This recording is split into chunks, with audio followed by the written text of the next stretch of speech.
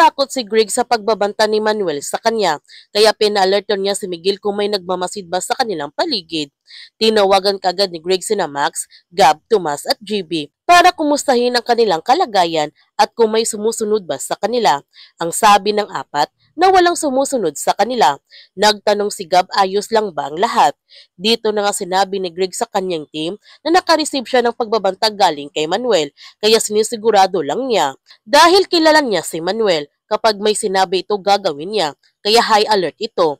Ang sabi ni Miguel na may kinuha sila kay Manuel. Ngayon maniningil na si Manuel Aguinaldo sa kanila.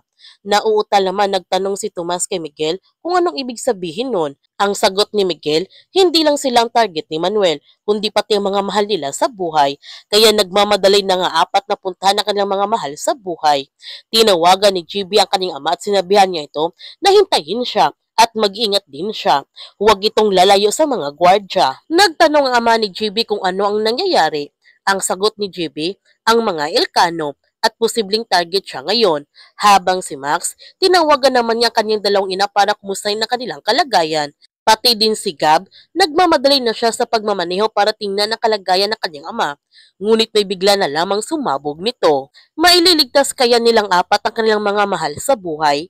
Yan ang ating abangan sa Incognito. Kung bago ka pa channel ko, don't forget to like, subscribe, and click notification bell para palagi kang updated sa mga videos na upload ko. Thank you for watching and God bless to everyone.